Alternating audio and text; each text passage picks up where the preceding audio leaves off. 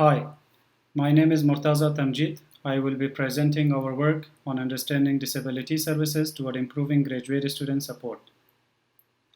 This work was done in collaboration with my colleagues Vinita Tibdewal, Madison Russell, Michael McQuaid, Tom O, and my PhD advisor Kristen Shinohara. In the United States, 26% of adults have one or more disabilities.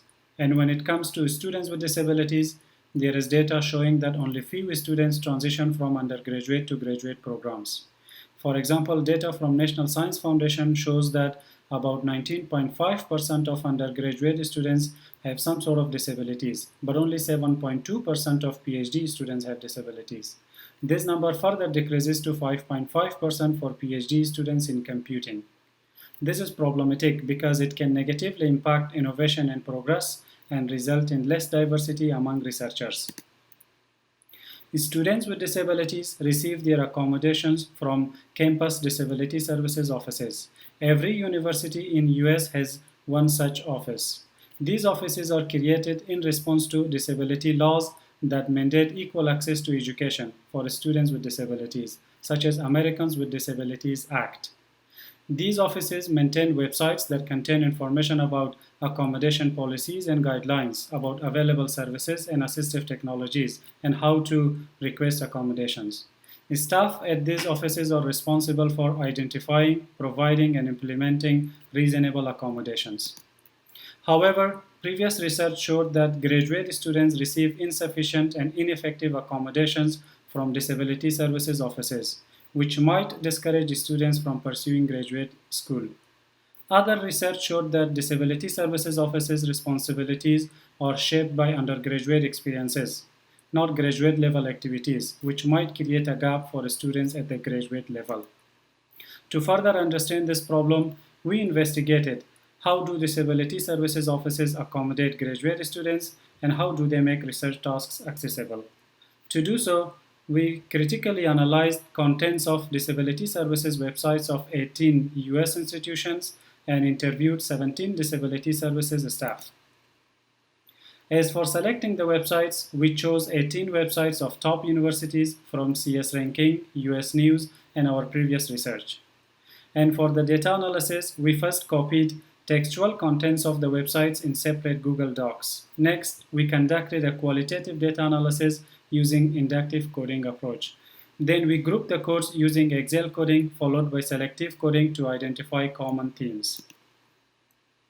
For the interviews, we recruited 17 representatives from 14 US institutions. And for the interview data analysis, we conducted a similar approach to the website data analysis, and similar themes were identified from both the websites and the interviews that I will explain later. So in the following slides, first I will provide an overview of common accommodation processes that we found from the websites and from the interviews. Then I will report our main findings. Generally, students have to go through the following steps to get an accommodation.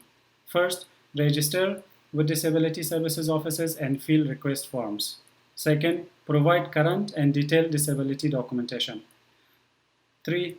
Attend intake interviews with the staff. 4. Sign and deliver accommodation letters. 5. Meet with the instructors. Next, I will talk about our main findings. In general, we found that institutional policies and staff perspectives impacted accommodation outcomes for students. In this table, we highlight two ways the disability services offices affected accommodations. The first theme was identified when institutional policies and staff perspectives resulted in denial, partial provision, or tensions around accommodations for graduate students.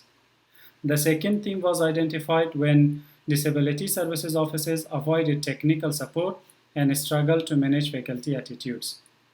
In the following slides, I will talk about the sub-themes that contributed to the main themes, but I'm not going to talk about E and F due to time.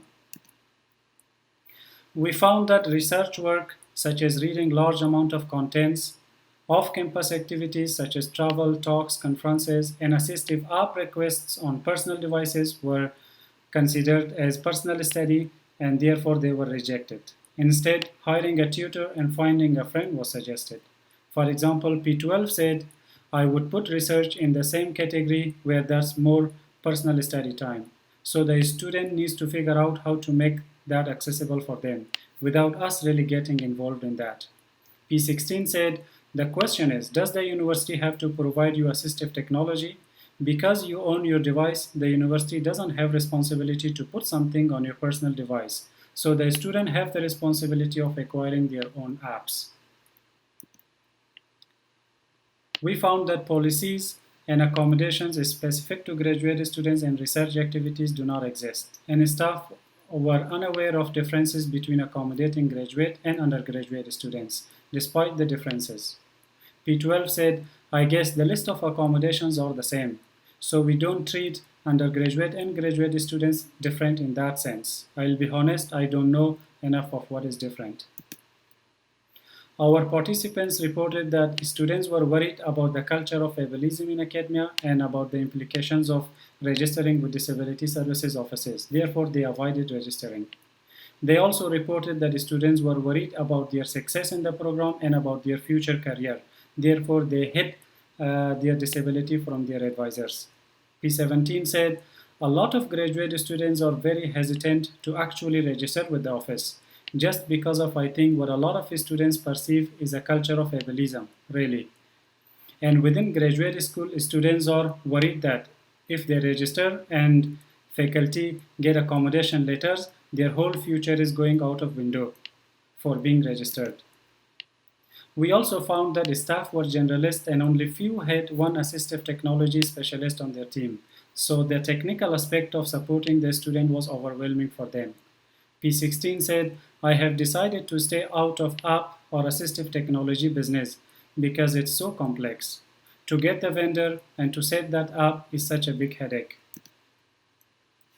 Some main takeaways are graduate students have trouble getting accommodations. Policies and accommodations specific to graduate students do not exist. Staff and their flexible decisions influence student accommodations. We recommend that staff should add assistive technology specialists on their team or receive technical training in order to provide technical support to students and have policies and strategies to address graduate students' needs. Since websites are an important source of information for students and for faculty, we recommend that websites should follow AHEAD program standard and Disability Services Site Assessment standard. Thank you for watching this presentation.